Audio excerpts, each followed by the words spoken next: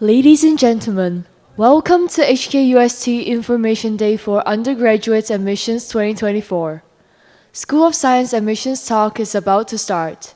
Please switch off or turn your mobile phone to the silent mode. Please do not eat or drink during the event. Thank you for your cooperation. The talk will start now. Please welcome Professor Ho Yi Mak, Associate Dean of Science.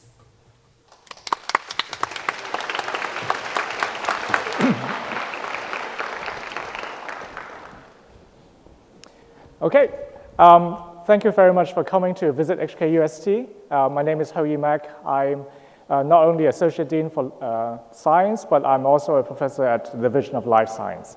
So I would like to take this opportunity to share with you in the next 20 minutes or so our education program and also some of the arrangements for admissions. So I'm sure you know that HKUST is consistently ranked quite high in the global young university ranking. What I want to also point out is actually that in individual subjects, UST is also ranked first in physics in Hong Kong, chemistry, natural sciences, mathematics. So if you're interested in studying science in Hong Kong, I think HKUST is actually a very good choice. Now, in addition, we also rank first in additional science subjects. Our philosophy and our reputation at HKUST is really built upon our excellence in research. Now, I would like to take the opportunity to use our president, Professor Nancy Yip, as an example. So she is a world expert in the study of neurodegenerative diseases, in particular Alzheimer's disease. Her research team collaborates closely with a local network of researchers at HKUST. In addition to that, she also has her research network extended to the UK and also to the US. I think this is actually a very good example where it exemplifies basically our research faculty and the teaching faculty in our connection with the global network of researchers and also in the use of interdisciplinary approaches in tackling scientific questions. We have two routes for undergraduate admissions to the School of Science, school-based and also program-based admissions. Most of our students will enter via school-based admissions scheme, and this is where most of our quotas go. And it is broadly divided into two groups. Science Group A for students who are more inclined to study physics, mathematics, and data analytics and artificial intelligence in science. Now, for those students in secondary school who are more interested in studying biology and chemistry, then students would come to us via Science Group B, where they can eventually choose life science major programs and also major programs administered by the Department of Chemistry. We have a relatively new department called Department of Ocean Science, and because of the interdisciplinary nature of their undergraduate program, and therefore students can actually enter Science Group A or Science Group B and then select Ocean Science major during their transition from year 1 to year 2. We have quite a substantial collection of programs that also follow the program-based admissions scheme. Now, these can be programs administered solely by the School of Science and also including, in fact, programs that are jointly organized by School of Science together with School of Business or School of Engineering. This would include International Research Enrichment Track Program, the Science Group A with Extended Major in Artificial Intelligence program. Now, our new program in Biomedical and Health Sciences would also, in part, follow this program-based admissions scheme.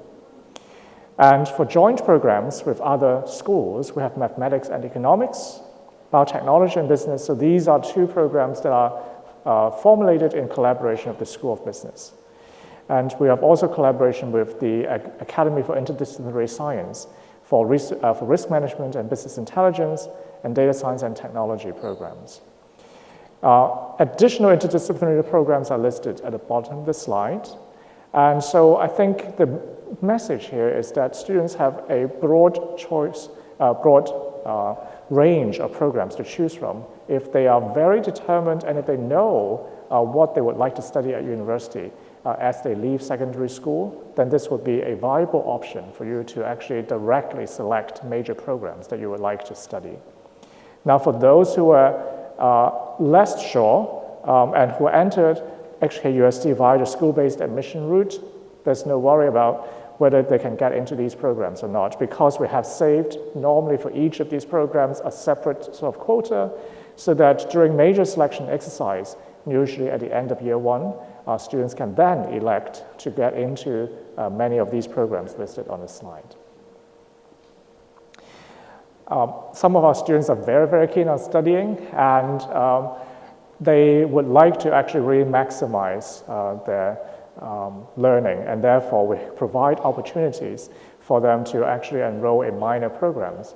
And so in this particular arrangement, the minor programs are not limited to the School of Science. So even though students come to School of Science, but then they can actually enroll and as a minor student, as a minor program student in all different schools within HKUST. So I think in this case, it really gives students a much more flexible arrangement, and also allowing them actually during the study at HKUST to explore areas that they may not have thought about, and to also gain formal recognition in the process. Now, I would like to spend the next few slides on specific programs that are relatively new, or ones that are mostly questions are addressed. So first of all, the International Research Enrichment Program. So this is the one that is so-called a flagship research-based program for future scientists. And this actually applies to future physicists, future chemists, future biologists. And so this is covering all major, or most of the major programs within School of Science. And students, upon entering this program, the special characteristics of this program is that each student in the IRU program would receive individualized research guidance and mentoring. So this is a very close-knit group of students, a very small group of students who have come to us very determined to pursue a research career. And so many of our students, therefore, upon graduation, will go on to study postgraduate degrees overseas institutions. Most students under IRU programs are supported by scholarships, and also they would receive, as part of the program, financial support to allow them to actually go on to pursue summer research internships. So listed here in the table is actually a range of institutions where our former and current IRU students have reached to perform summer internships in the last couple of years. So as you can see, these are prestigious institutions, and this is not only providing research opportunities, but also actually opportunities for our students to connect with possible future mentors for the postgraduate studies. Some of you may know that from the news that HKUST is ranked 10th in the world on data science and artificial intelligence. And so within the School of Science, we have this framework of Science Group A with extended major. In this, we have students that can actually enroll in extra courses, approximately 22 to 23 extra credits on courses that are specifically dealing with artificial intelligence. So on average, therefore, students would take one additional course per regular term in order to complete this extended major option. Now, this arrangement is applicable for students who major in mathematics, in physics, and also in ocean science and technology. A lesser known, perhaps, extended major, in fact, is actually on digital media and creative arts. In that case, is also leveraging very heavily on the use of data and artificial intelligence. And I believe actually the auditorium here also serves as a teaching venue for students under this program. Okay. Now, I want to say a few words about our new program in the School of Science on Biomedical and Health Sciences. I happen to be the program director. Now, this is a program for students with strong commitment in research and practice in medically related fields. Now, I think the uniqueness of this program really lies in how early we expose our students to tackle real-world medical problems in a laboratory setting. So our emphasis is actually really placed on students' access to laboratories so that they can actually conduct their own experiments. The other characteristic we care very much about is actually on students' teamwork and how well they work with each other. So maybe many of you who think that scientists, or maybe even you look at me thinking, oh gosh, you must be spending the time in a lab and doing stuff on your own. But in reality, that is very far from the truth. So as a practicing research scientist, actually most of our time is not only to do with experiments and working at the bench, but also communicating with others. Right, nowadays, we communicate not only with colleagues in surrounding labs and neighboring labs so that we can form collaborations, but actually we're constantly in contact with international partners. And so I think this is very much, I think the philosophy behind this new program is really stemming from kind of how we actually do science in practice. Okay, so in this case, we would formulate this so-called case study series where students will receive practical learning experience on a range of modern technologies, so-called genomics, proteomics, metabolomics, and also on computational analysis. So not only that we want students who may be very well trained in kind of doing experiments with their own hands, we also would encourage students who are interested in doing computational analysis, who are very good in mathematics or good in computational programming, to join us. Because actually modern medical problems nowadays also very much dependent on data analysis. Okay, so, and then I'm going to say a few words in the next slide on disease models generation. I think this will also form the core part of the program. Next is internship.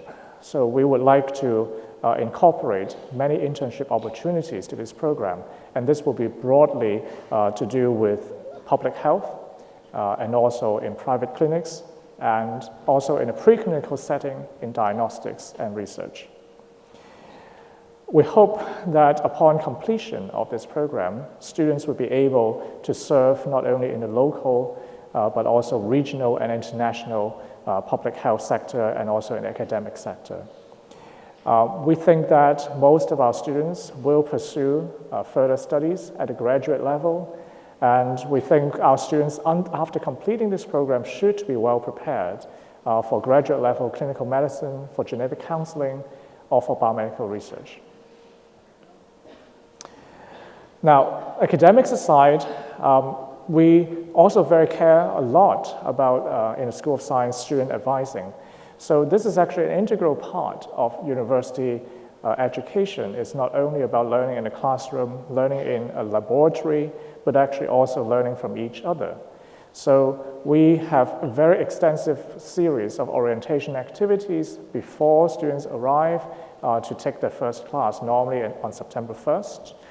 So orientation camps are organized and with ample participation, not only from new students, but also actually with existing students, because we also very much value the peer mentorship scheme, so that actually we have senior students who serve as peer mentor to really guide new students through all the potential obstacles that they may encounter as they enter university.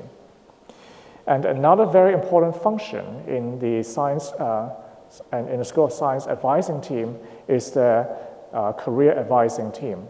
Now, we have actually made a lot of effort recently to reconnect or to connect with alumni who graduated from the School of Science. And as you'll see later on, actually our alumni not only worked in science, but they also work in various industry, some even in banking and finance.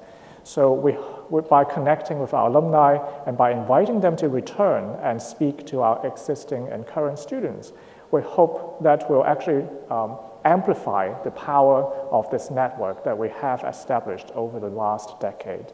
And so that our existing students would gain advantage in securing internship, for example, or even securing employment. So We have a very well-established undergraduate research program. This is actually not only administered through the School of Science, but also actually a university-wide initiative.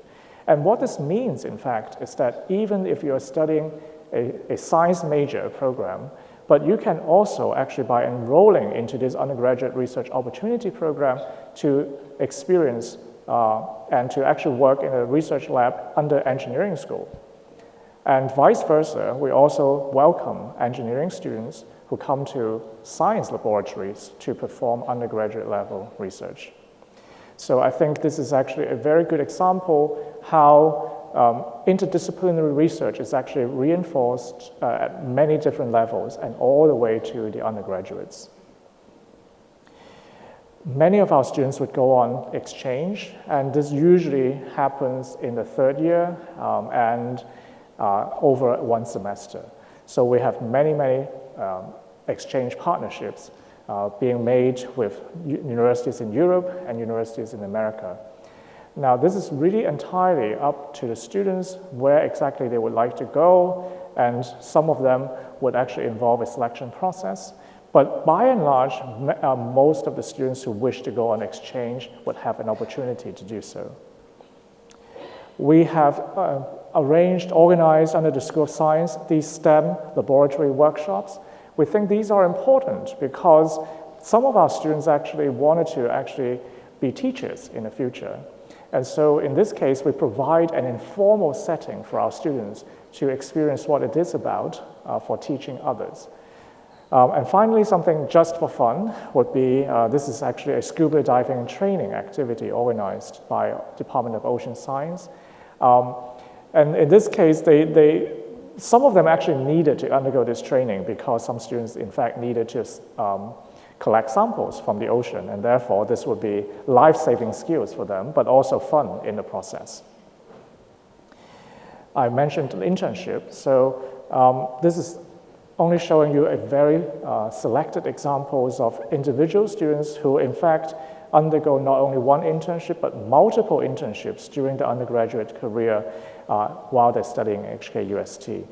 And so again, I think internship, as you may appreciate, is a very good opportunity for students to actually connect with the industry and to know what sort of jobs are actually suitable or compatible to their aspirations and maybe to their personality.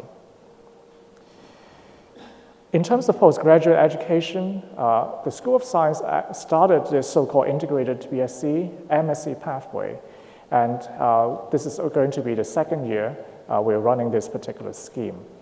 The reason behind this is because some of the students who study with us as an undergraduate expressed interest of staying for longer.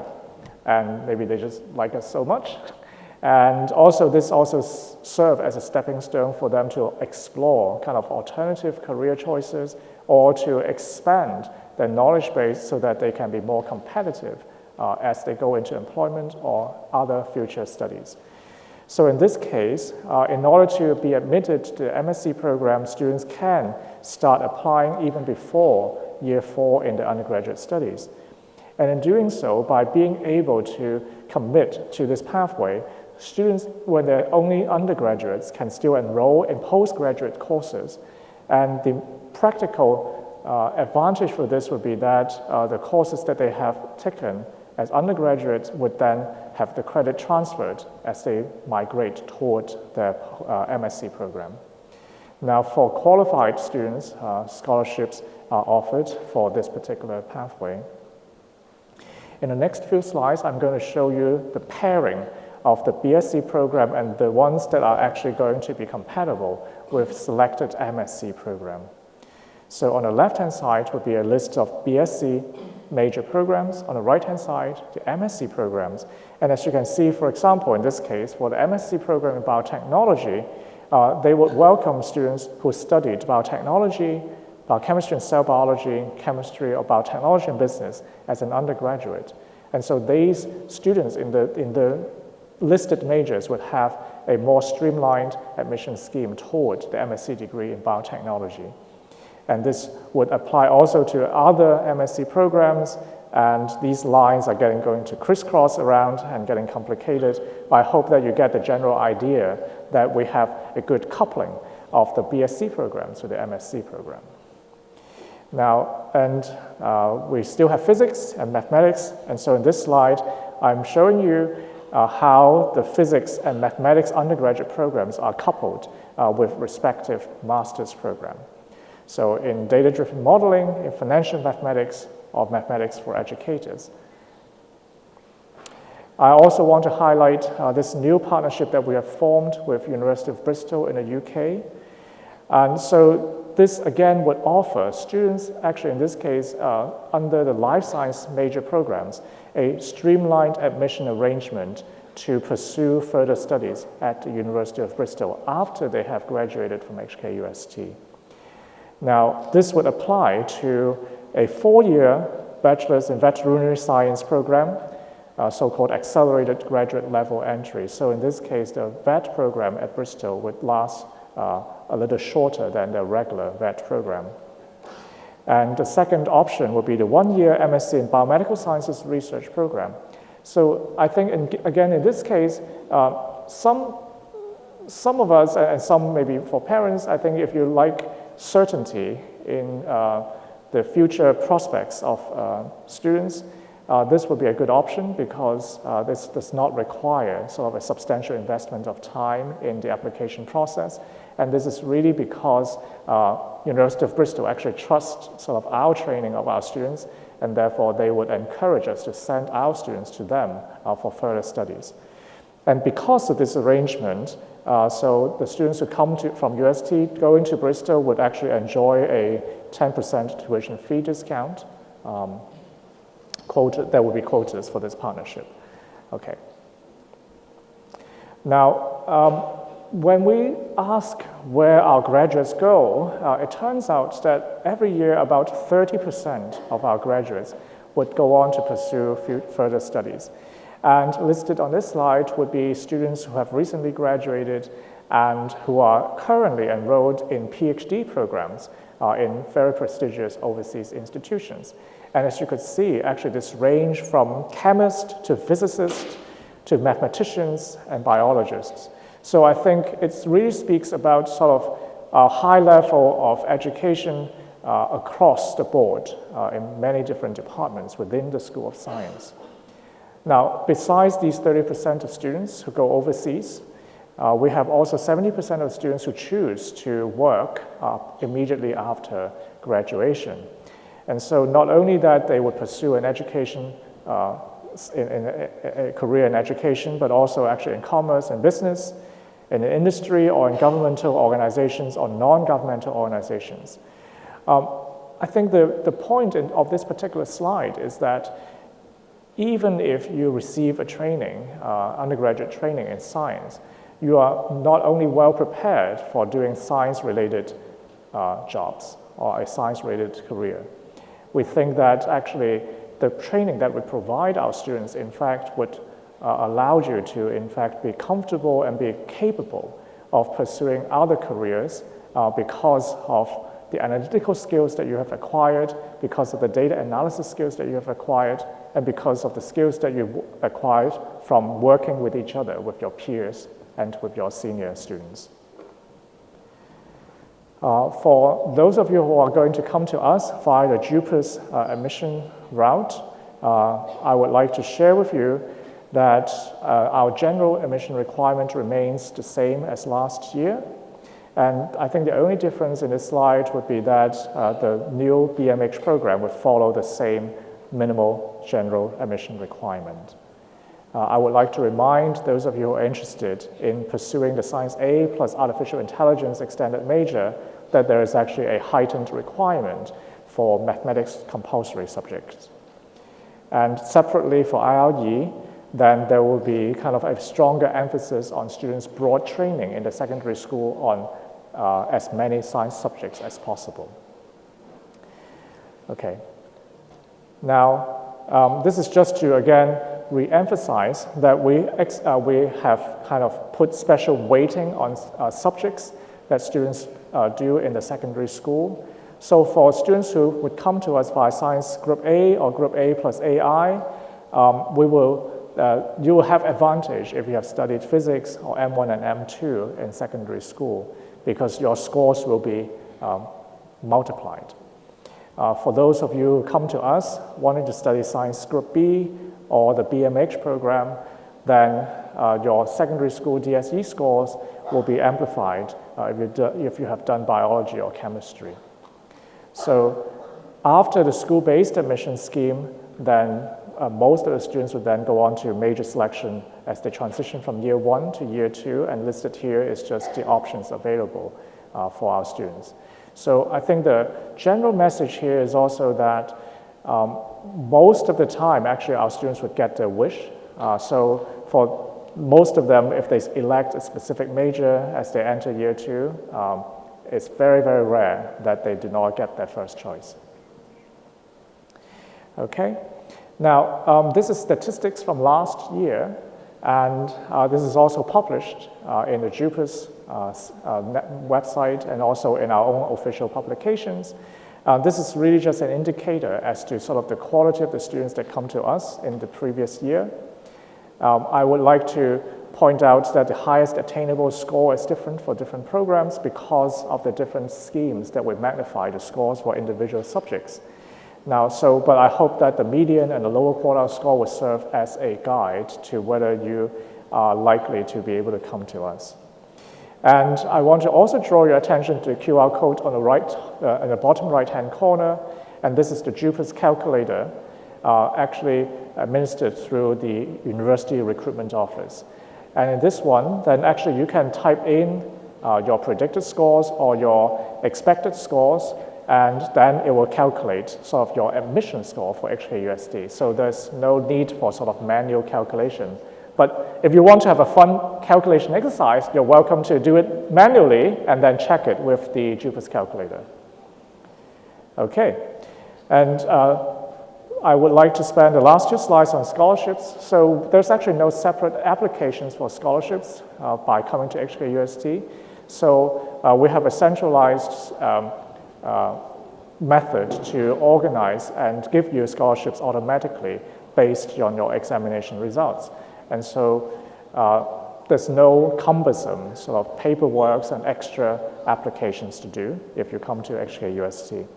And the maximum amount of scholarships one would receive would be full tuition plus living allowance. Now, we also give a special consideration for those of you who have actually competed and received awards in international science competitions. And so listed on this slide would be details on the scholarships given to students who have received medals in international biology, chemistry, mathematics, physics, and informatics Olympiad. We also consider a separate series of Asia-Pacific Olympiads, and scholarships will automatically be given to those who have participated and gained reward and who have now decided to enroll and register at HKUST. And that's all I have for today. I hope that in the last 20 minutes or so, you have gained a brief overview of School of Science admissions. And I would encourage you, if you want to have additional information, to go to the concourse near Lecture Theatre A, where many of our, or actually all of our departments within School of Science will have information booths if you have specific questions to ask. So thank you very much for coming, and I hope you enjoy the rest of your visit.